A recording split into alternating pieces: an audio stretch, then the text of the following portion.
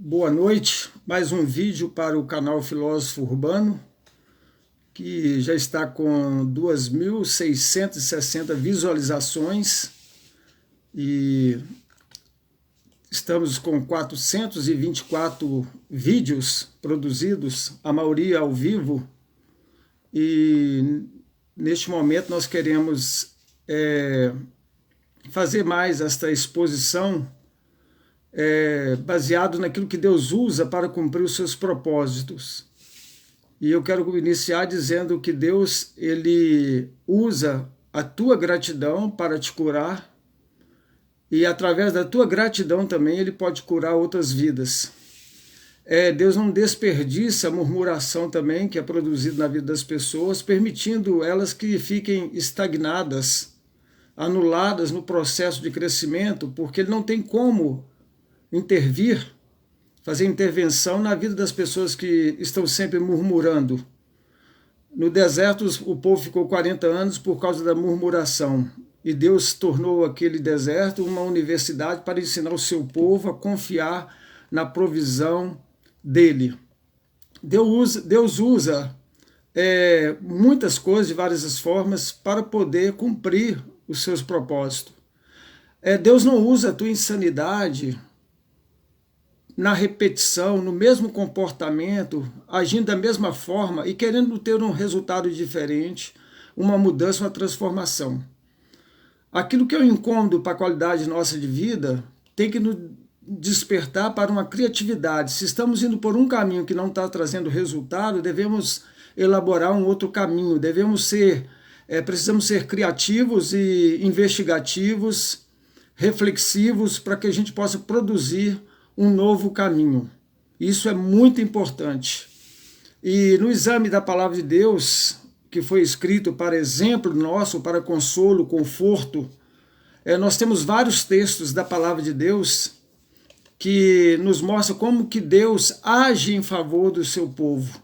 E a Bíblia diz: e sabemos que tudo quanto nos acontece está cooperando para o nosso próprio bem, se amarmos a Deus e estivermos nos ajustando aos seus planos, ao seu propósito. Está lá em Romanos, capítulo 8, versículo 28. Para o bem de seus filhos, Deus usa várias maneiras de agir. Nós não vamos pegar Deus e colocar numa caixinha e padronizar suas ações. Ele faz uso de uma maneira muito livre, espontânea e criativa, e atinge um fim que muitas das vezes nós não entendemos. Às vezes nós até usufruímos, desfrutamos, mas não entendemos. Agora, como ele faz, isso é o que menos importa, desde que ele faça por nós. Apesar que no relacionamento com ele nós podemos perceber suas ações e temos aquilo que é classificado como uma alma alimentada pela presença do seu Criador.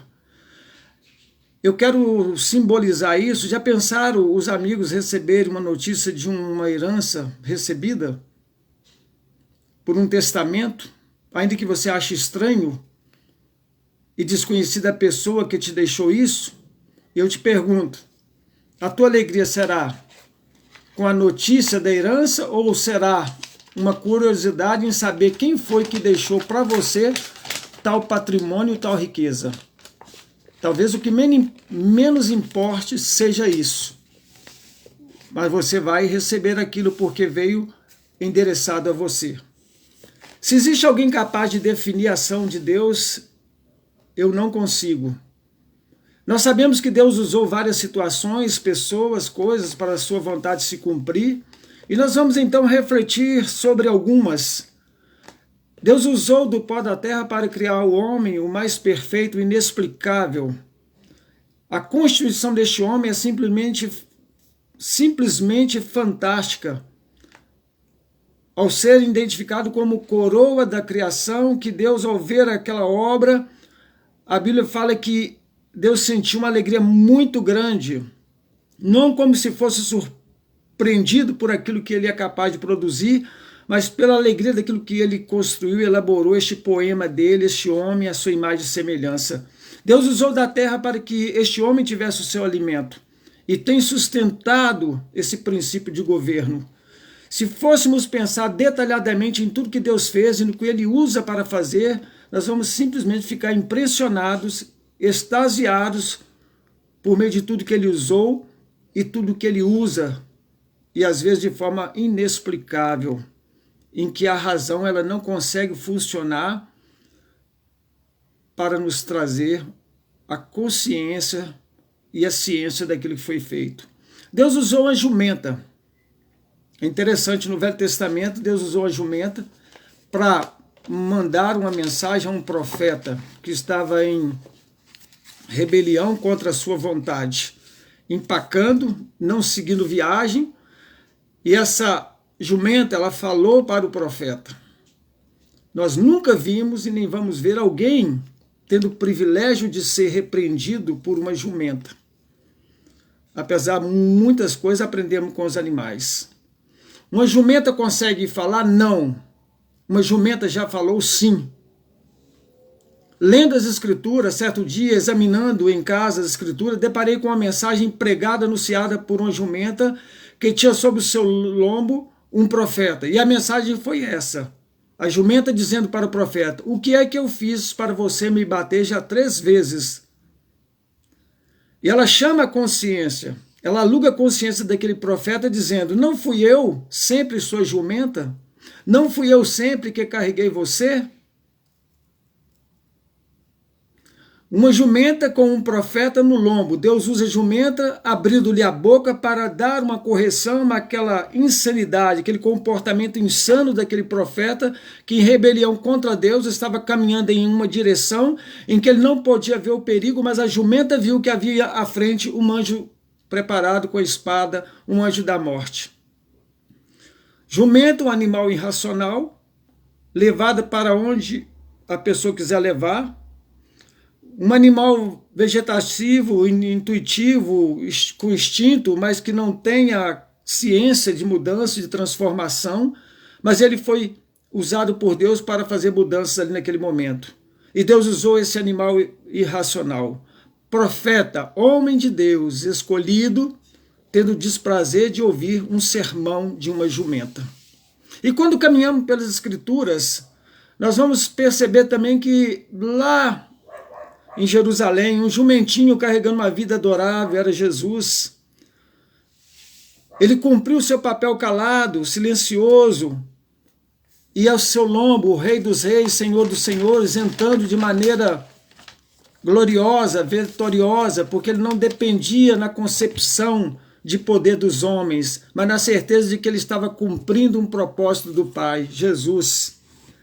Como podemos notar, na Bíblia nós encontramos Deus usando de várias formas para cumprir os seus propósitos. Um corvo. Mas antes de abordarmos o uso desta ave dentro do propósito de Deus e por socorro a um profeta, vamos pensar novamente: Deus usa a tua gratidão para te curar e curar também seu entorno, seu ambiente, o seu tempo e o seu corpo. Enquanto Deus usa uma jumenta para repreender um dos seus profetas, temos presente agora Deus abençoando outro profeta por meio de um corvo. E Deus dando a ordem dizendo a Elias: beba a água do córrego e coma o que os corvos lhe trouxerem, pois eu dei ordem a eles para trazerem alimento para você. Os corvos então traziam a ele o pão e a carne cada manhã, e a cada tarde ele bebia a água do córrego.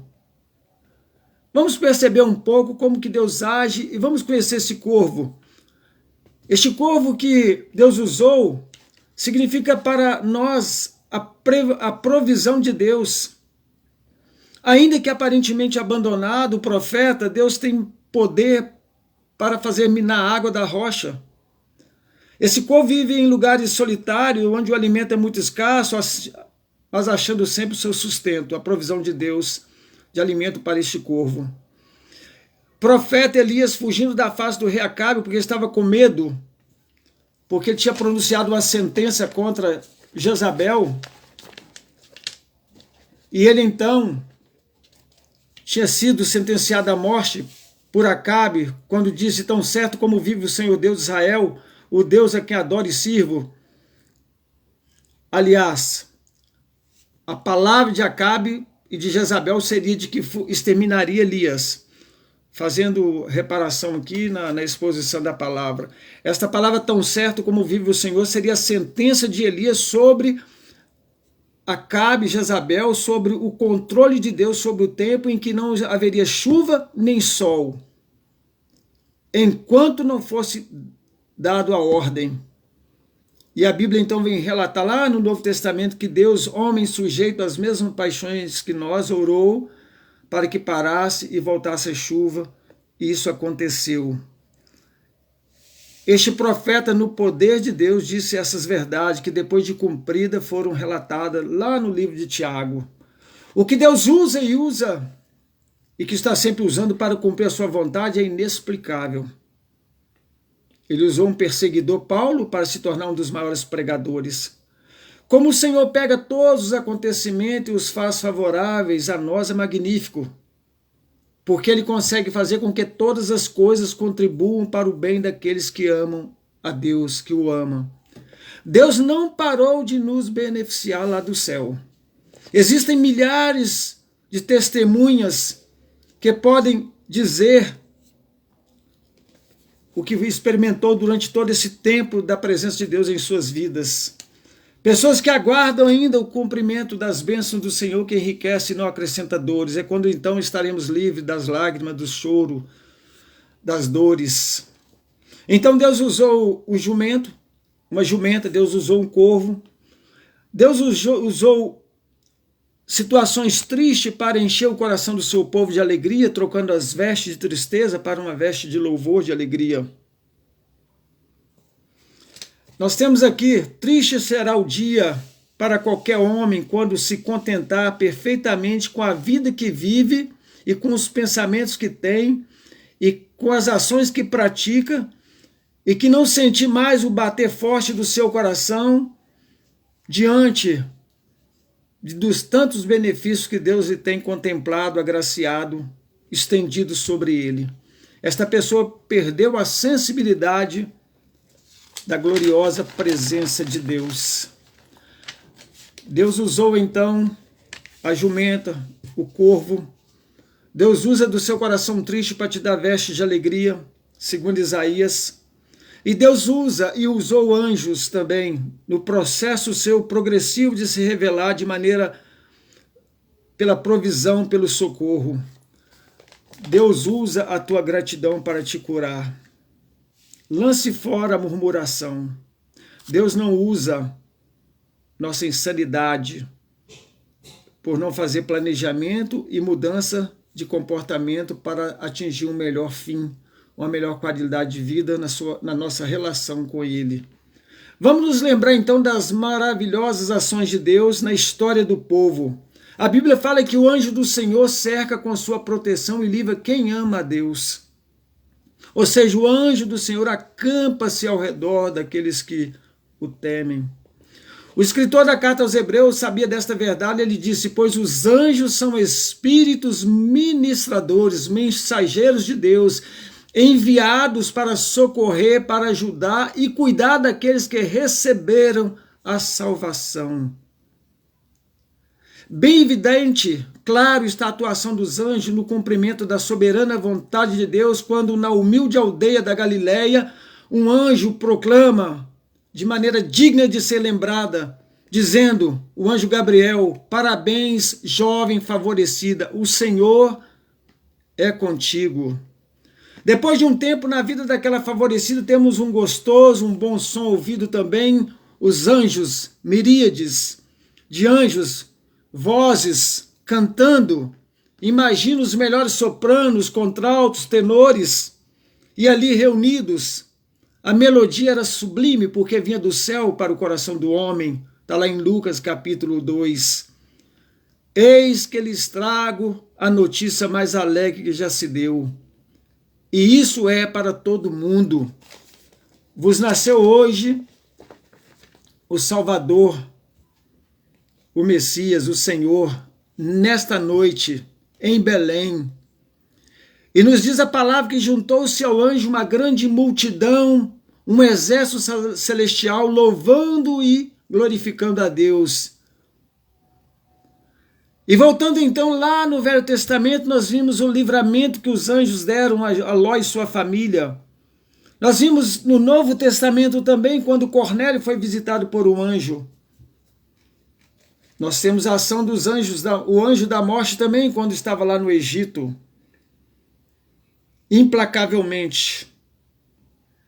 Mas como para Deus, a maneira como olha a morte não é como nós. Se para nós é o fim, quando estamos na insanidade, na incredulidade, para Deus é o início de uma vida gloriosa, é quando nós deixamos essa dimensão terrena e transcendemos ao encontro com aquele que nos criou e nos fez essa alma nutritiva que deseja tanto a sua presença. Os anjos falaram a João quando ele estava na ilha chamada Patmos, por causa da palavra de Deus. Concluindo então, Deus usa o que Ele quer, como quer e quando quer. Mas uma das coisas que mais me alegra é saber que Deus usa a minha gratidão para me curar, enquanto que Ele fica impossibilitado de impedir que a minha murmuração me adoeça. O que temos hoje de pessoas adoecidas por causa da murmuração, por causa da ingratidão, porque se Deus usa a gratidão para curar, a ingratidão faz o contrário.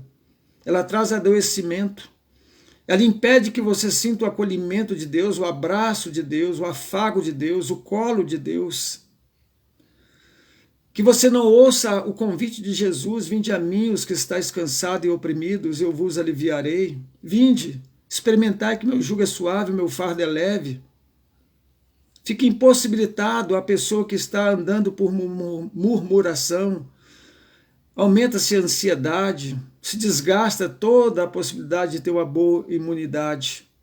A insanidade, então, da repetição da mesma coisa sendo feita para tentar um resultado diferente. A pessoa querendo um resultado melhor para qualificar a vida e não consegue, porque está repetindo a mesma insensatez, ou seja, agindo de maneira não coerente e não inteligente. Como vimos, nos detivemos em algumas coisas que Deus usou e vamos ver Deus continuando usando muitas coisas. E nesse processo de exame das Escrituras, nós deixamos de falar do grande peixe enviado a Jonas. Não falamos da rocha em Cádiz, no deserto de Zim, que fluiu água, da vara de Moisés, da funda de Davi, da desgraça que aconteceu com José, vendido como escravo, das vacas que conduziram a Arca da Aliança, símbolo da presença de Deus, das rãs, dos piolhos, dos gafanhotos, das pragas em geral, e das muitas situações e coisas que foram usadas, e não poderíamos também nos esquecer dessa origem que Deus tomou o barro e nos fez um poema seu, com todo cuidado. E também Deus permitiu que fosse usada uma madeira para a crucificação do seu Filho amado, de onde saíram as mais lindas palavras: Pai, a ti eu entrego o meu espírito, está consumado aquilo que me foi confiado. Pai, perdoa-lhes, porque não sabem o que fazem.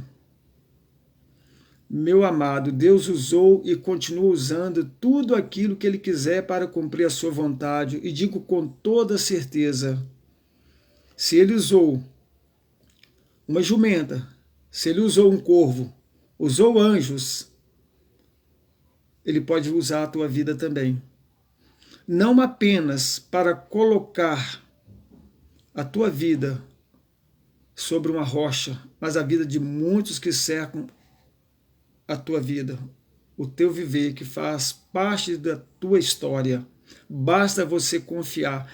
Deus honrará sempre a tua gratidão, que é um coração voltado para Ele, dizendo que obrigado, Senhor, porque tudo que o Senhor faz muito bem. E eu te louvo por esta grande bênção. E digo como salmista, porque para mim, bom é me aproximar do Senhor. Pus a minha confiança no Senhor e anunciarei os seus grandes feitos. Que Deus nos abençoe em nome de Jesus.